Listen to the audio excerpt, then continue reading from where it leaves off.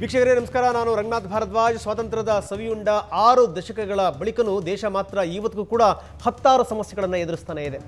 ಸ್ವಸ್ಥ ಸಮಾಜದ ಕನಸು ಕನವರಿಕೆಗಳು ಇದುವರೆಗೂ ಈಡೇರೇ ಇಲ್ಲ. ಎಲ್ಲಿ ನೋಡೋದ್ರಲ್ಲಿ ಬಡತನ, ಎಲ್ಲಿ ನೋಡಿದ್ರೆ ಅನಕ್ಷರತೆ, ಅಸಮಾನತೆ, ಕೆಟ್ಟ ಜಾತಿ ವ್ಯವಸ್ಥೆ ಇವತ್ತಿಗೂ ಕೂಡ ಎಲ್ಲ ಕಡೆಗೆ ತಾಂಡವಾಡ್ತಾ ಇವೆ. ದೇಶ ಎದುರಿಸ್ತಾ ಇರೋ ಈ ಸವಾಲುಗಳಿಗೆ ಪ್ರತಿಯಾಗಿ ದೇಶಕ್ಕೆ ಮತ್ತಷ್ಟು ಸವಾಲುಗಳನ್ನೇ ನಾವು ಕೊಡುಗೆಯಾಗಿ ನೀಡ್ತಾ ಇದ್ದೀವಿ. ಇಂಥ ಸವಾಲುಗಳ ಮೇಲೆ ಬೆಳಕು ಚೆಲ್ಲಿ ನಾಗರಿಕ ಸಮಾಜದ ದೀಪ ಬೆಳಗೋದು ನಮ್ಮ ಸುವರ್ಣ ನ್ಯೂಸ್ ಸಂಕಲ್ಪ. ಈ ಸಂಕಲ್ಪದ ಹಾದಿಯಲ್ಲಿ ನಾವಿಟ್ಟಿರೋ ಹೆಜ್ಜೆನೇ ಜವಾಬ್ದಾರಿ ಜರ್ನಲಿಸಂ.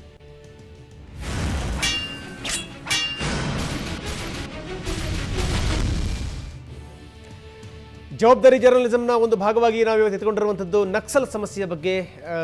ಜೊತೆಗೆ ಆ ನಕ್ಸಲ್ ತಿಳಿದನೋ ಆ ನಕ್ಸಲ್ ಸಂಘಟನೆಗೆ ಸೇರಿರುವಂಥವರು ಯಾವುದೇ ತಪ್ಪಿಲ್ದೇ ಆ ಫ್ಯಾಮಿಲಿಗಳು ಎಂಥ ಒಂದು ಕಷ್ಟ ಅನುಭವಿಸ್ತಾ ಇವೆ, ಕಣ್ಣೀರಲ್ಲಿ ಕೈ ತೊಳಿತಾ ಇವೆ, ಅದ್ರ ಬಗ್ಗೆ ನಾವು ಮಾತಾಡ್ತೀವಿ. ಯಾಕಂದರೆ ಸರ್ವರಿಗೂ ಸಮಪಾಲು, ಸರ್ವರಿಗೂ ಸಮಬಾಳು ಅಂತ ಹೇಳ್ತಾನೆ ಕೆಂಪು ದೀಪ ಬೆಳಗೋ ಭರದಲ್ಲಿ ರಕ್ತ ತರ್ಪಣ ಹರಿತಾನೆ ಇದೆ. ಇದಕ್ಕೆ ಕೊನೆ ಯಾವತ್ತು?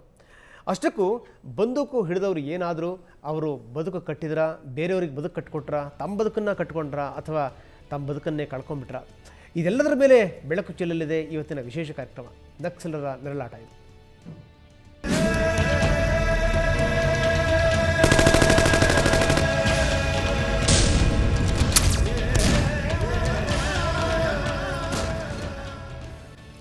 ಪ್ರತ್ಯಕ್ಷವಾಗಿ ಪರೋಕ್ಷವಾಗಿ ಇದರಿಂದ ತೊಂದರೆಗೊಳಗಾದಂಥವರು ಇವತ್ತು ನಮ್ಮ ಜೊತೆಗಿದ್ದಾರೆ ಸ್ಟುಡಿಯೋದಲ್ಲಿ. ನಾವು 6 ಜನರನ್ನು ಕೂಡಿಸ್ಕೊಂಡು ಚರ್ಚೆ ಮಾಡ್ತಾ ಇದ್ದೀವಿ. ಸರಿಯಾಗಿ ನಕ್ಸಲೀಯ ಚಳವಳಿ ಏನಿದೆ ಒಂದೊಳ್ಳೆ ಉದ್ದೇಶದಿಂದ ಆರಂಭ ಆಗಿರುವಂಥದ್ದು, ನಂತರ ಅದು ಹಾದಿ ತಪ್ಪಿದ್ದು ಹೇಗೆ, ಎಲ್ಲಿಂದ ಎಲ್ಲಿಗೆ ಬಂದು ನಿಂತಿದೆ, ಇದೆಲ್ಲದರ ಬಗ್ಗೆ ನಾವು ಚರ್ಚೆ ಮಾಡ್ತೀವಿ. ಆರಂಭದಲ್ಲಿ ನಾನು ನಿಮಗೆ ತೋರಿಸುವಂಥದ್ದು ನಕ್ಸಲಿಸಂ ಸಮಾನತೆಯ ಸದುದ್ದೇಶದ ಜೊತೆಗೇ ಶುರುವಾಯಿತು ಈ ಹೋರಾಟ.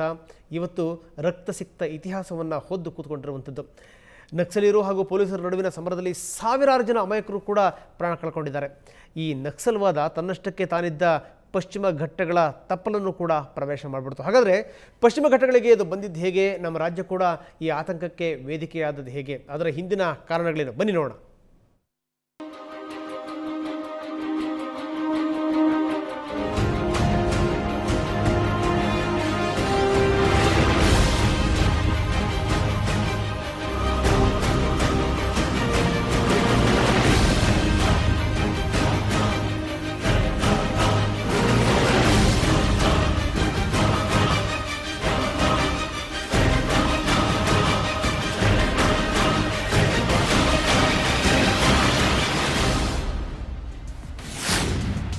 ನಕ್ಸಲಿಸಂ ಇದು ಇಂದು ಒಂದು ಸಿದ್ಧಾಂತವಾಗಿದೆ, ಹೋರಾಟವಾಗಿದೆ. ಆದರೆ ನಕ್ಸಲಿಸಂ ಅನ್ನೋ ಹೆಸರು ಹುಟ್ಟಿದ್ದು ಪಶ್ಚಿಮ ಬಂಗಾಳದ ಒಂದು ಪುಟ್ಟ ಊರಿನಿಂದ. ಆ ಊರಿನ ಹೆಸರು ನಕ್ಸಲ್ ಬರಿ.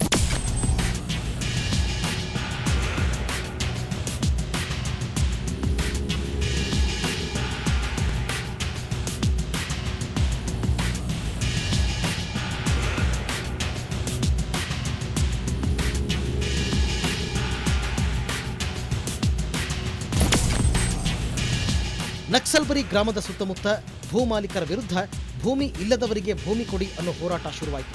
ಶಾಂತಿಯುತವಾಗಿಯೇ ನಡೆಯುತ್ತಿದ್ದ ಹೋರಾಟಕ್ಕೆ ರಕ್ತದ ರುಚಿ ತೋರಿಸಿದ್ದು ಭೂಮಾಲೀಕರು.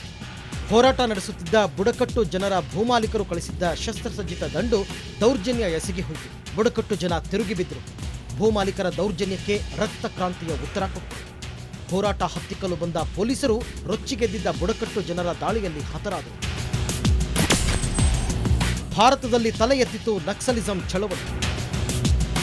ನಕ್ಸಲ್ಬರಿ ಹೋರಾಟದ ನಂತರ ಆ ಸಂಘಟನೆಯ ಸದಸ್ಯರೇ ನಕ್ಸಲರು ಅಂತ ಗುರುತಿಸಿಕೊಂಡರು.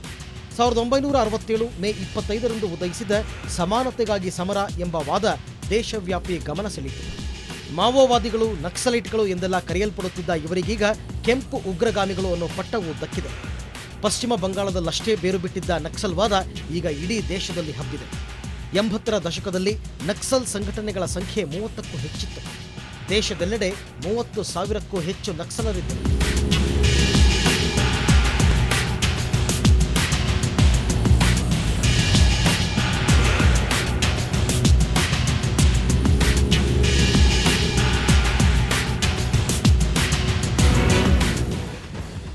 ಪಶ್ಚಿಮ ಬಂಗಾಳ, ಬಿಹಾರ, ಜಾರ್ಖಂಡ್, ಛತ್ತೀಸ್ಗಢ, ಮಧ್ಯಪ್ರದೇಶ, ಒರಿಸ್ಸಾ, ಆಂಧ್ರಪ್ರದೇಶ ಹಾಗೂ ಕರ್ನಾಟಕ ಇವಿಷ್ಟು ರಾಜ್ಯಗಳಲ್ಲಿ ನಕ್ಸಲರ ಉಪಟಳವಿದೆ. ಇದನ್ನ ಈಗ ರೆಡ್ ಕಾರಿಡಾರ್ ಅಂತಾನೆ ಗುರುತಿಸಲಾಗ್ತಾ ಇದೆ. ಕರ್ನಾಟಕದಲ್ಲೂ ಕೆಂಪು ಉಗ್ರರು. की कम्युनिस्ट पार्टी माओवादी जिंदाबाद जिंदाबाद जिंदाबाद मार्क्सवाद लेनिनवाद माओवाद जिंदाबाद जिंदाबाद जिंदाबाद मार्क्सवाद लेनिनवाद माओवाद जिंदाबाद जिंदाबाद जिंदाबाद साम्राज्यवाद मुर्दाबाद. ಎಲ್ಲೋ ದೂರದ ರಾಜ್ಯಗಳಲ್ಲಿದ್ದಾರೆ ಎಂದುಕೊಂಡಿದ್ದ ನಕ್ಸಲರು ಪಶ್ಚಿಮ ಘಟ್ಟದ ದಟ್ಟ ಕಾಡಿನ ಒಳಗೆ ನುಗ್ಗಿ ಬಂದಿದ್ರು. 10 ವರ್ಷಗಳ ಹಿಂದೆ 2002ರಲ್ಲಿ ಸಹ್ಯಾದ್ರಿ ತಪ್ಪಲಲ್ಲಿ ಮೊದಲ ಗುಂಡಿನ ಸದ್ದು ಕೇಳಿಸಿತ್ತು. ಚಿಕ್ಕಮಗಳೂರಿನ ಕೊಪ್ಪದ ಬಳಿ ನಕ್ಸಲರು ಅಭ್ಯಾಸ ನಡೆಸುತ್ತಿದ್ದ ವೇಳೆ ಆಕಸ್ಮಿಕವಾಗಿ ಸಿಡಿದ ಗುಂಡು ನಕ್ಸಲರ ಇರುವಿಕೆ ಸಾರಿತ್ತು. ನಕ್ಸಲರ ಗುಂಡೇಟು ಕಾಡಿನೊಳಗೆ ಹೋಗಿದ್ದ ಮಹಿಳೆಯೊಬ್ಬರ ಕಾಲನ್ನ ಸೀಳಿ ಹಾಕಿತ್ತು. ಕರ್ನಾಟಕ ಮೊದಲ ಬಾರಿಗೆ ಬೆಚ್ಚಿ ಬಿದ್ದಿತ್ತು. ಆಮೇಲೆ ಕರ್ನಾಟಕ ನಕ್ಸಲರ ರಕ್ತ ಸಿಕ್ತ ಇತಿಹಾಸಕ್ಕೆ ಸಾಕ್ಷಿಯಾಗಿದೆ. ತೀರಾ ಜಾರ್ಖಂಡ್, ಪಶ್ಚಿಮ ಬಂಗಾಳ, ಬಿಹಾರ, ಛತ್ತೀಸ್ಗಢದಷ್ಟು ರಕ್ತ ಹರಿದಿಲ್ಲ ಎನ್ನುವುದು ನಿಜ. ಆದರೆ ನಕ್ಸಲ್ ಚಳವಳಿಯ ದೊಡ್ಡ ದೊಡ್ಡ ತಲೆಗಳು ಕರ್ನಾಟಕದ ಮಣ್ಣಲ್ಲಿ ಮಣ್ಣಾಗಿವೆ. ಉಡುಪಿಯಲ್ಲಿ ಪಾರ್ವತಿ, ಹಾಜಿಮಾ ಎನ್ಕೌಂಟರ್, ಮೆಣಸಿನಹಾಡ್ಯದಲ್ಲಿ ಸಾಕೇತ್ ರಾಜನ್ ಎನ್ಕೌಂಟರ್ಗಳಿಗೆ ಕರ್ನಾಟಕ ಸಾಕ್ಷಿಯಾಗಿದೆ.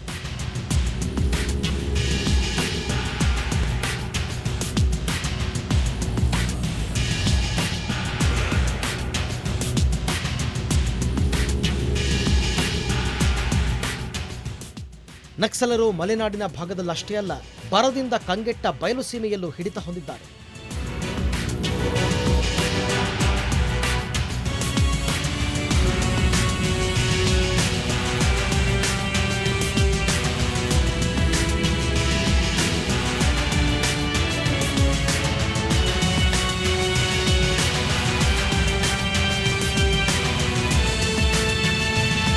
ಬಳ್ಳಾರಿ, ರಾಯಚೂರು, ತುಮಕೂರು ಮತ್ತು ಕೋಲಾರದಲ್ಲಿ ಆಂಧ್ರಪ್ರದೇಶಕ್ಕೆ ಹೊಂದಿಕೊಂಡಿರುವ ಪ್ರದೇಶಗಳಲ್ಲಿ ನಕ್ಸಲರ ಕಾಟ ಇದೆ. ಸಾಕೇತ್ ರಾಜನ್ ಹತ್ಯೆಗೆ ನಕ್ಸಲರು ಸೇಡು ತೀರಿಸಿಕೊಂಡಿದ್ದು ತುಮಕೂರಿನ ಪಾವಗಡದ ವೆಂಕಟಮ್ಮನಹಳ್ಳಿ ಅನ್ನೋದು ವಾಸ್ತವ.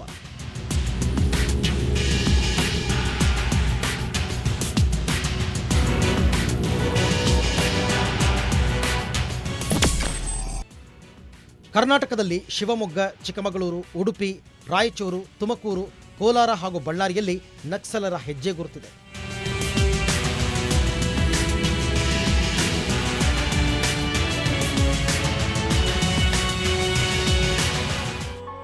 ಭೂಮಿ ಇಲ್ಲದವರು, ದೊಡ್ಡವರ ಕಿರುಕುಳಕ್ಕೆ ನಲುಗಿದವರು, ಕೂಲಿ ಕೆಲಸ ಮಾಡುವವರು ನಕ್ಸಲರ ಟಾರ್ಗೆಟ್. ತಪ್ಪು ನಕ್ಸಲ್ ಚಳವಳಿಯತ್ತ ಆಕರ್ಷಿತರಾದ ಯುವಕರದ್ದಷ್ಟೇ ಅಲ್ಲ, ವೋಟು ಪಡೆದು ಮತ್ತೆ ಮರೆತೆ ಹೋಗುವ ಸರ್ಕಾರಗಳ ಬೇಜವಾಬ್ದಾರಿತನದ ಕೊಡುಗೆಯೂ ಸಾಕಷ್ಟಿದೆ.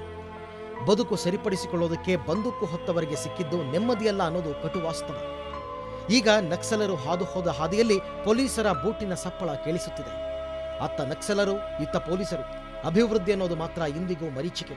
ನರಳಾಟ ನಕ್ಸಲರದಷ್ಟೇ ಅಲ್ಲ, ಕಣ್ಣೀರು ಹಾಕುತ್ತಿರೋದು ನಕ್ಸಲರ ಕುಟುಂಬಗಳಷ್ಟೇ ಅಲ್ಲ.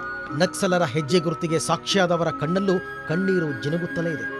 ಅಭಿವೃದ್ಧಿಯ ಮಂತ್ರ ಕೇಳೋದಕ್ಕೆ ತುಂಬಾ ಚೆನ್ನಾಗಿದೆ, ಆದರೆ ಕಣ್ಣಾರೆ ಕಾಣೋದಕ್ಕೆ ಸಾಧ್ಯವಾಗುತ್ತಿಲ್ಲ ಅನ್ನೋದು ದುರಂತ. ಬ್ಯೂರೋ ರಿಪೋರ್ಟ್, ಸುವರ್ಣ ನ್ಯೂಸ್. ಎಲ್ಲಿಂದ ಶುರುವಾಯಿತು ನಕ್ಸಲ್ ಚಳವಳಿ, ಎಲ್ಲಿಗೆ ಬಂದು ನಿಲ್ತು, ಅದರ ಬಗ್ಗೆ ಒಂದಷ್ಟು ವಿವರಗಳನ್ನು ನೀಡಿದ್ವಿ. ಇದೆಲ್ಲದರ ಜೊತೆಗೆ ಅಲ್ಲೆಲ್ಲೋ ಹುಟ್ಟಿದಂಥ ಈ ಹೋರಾಟ ನಮ್ಮ ರಾಜ್ಯಕ್ಕೂ ಕೂಡ ಕಾಲಿಟ್ಟು ದಶಕವೇ ಕಳೆದು ಹೋಯಿತು. ಈ ದಶಕದ ಹೋರಾಟದಲ್ಲಿ ಅದೆಷ್ಟೋ ಕುಟುಂಬಗಳು ನೆಮ್ಮದಿನ ಕಳ್ಕೊಂಡಿವೆ. ದುರಂತಕ್ಕೆ ಸಾಕ್ಷಿಯಾದಂಥ ಕೆಲ ಕುಟುಂಬಗಳ ಕಥೆಯನ್ನು ನಾವು ನಿಮ್ಮ ಮುಂದೆ ತಂದಿದ್ದೀವಿ. ಆ ಎಲ್ಲ ಕಥೆಗಳನ್ನು ಒಂದೊಂದಾಗಿ ನೋಡೋಣ. ಆ ನೋವುಂಡವರ ಮನದಾಳದ ಕಥೆ ಏನು ಕೇಳೋಣ.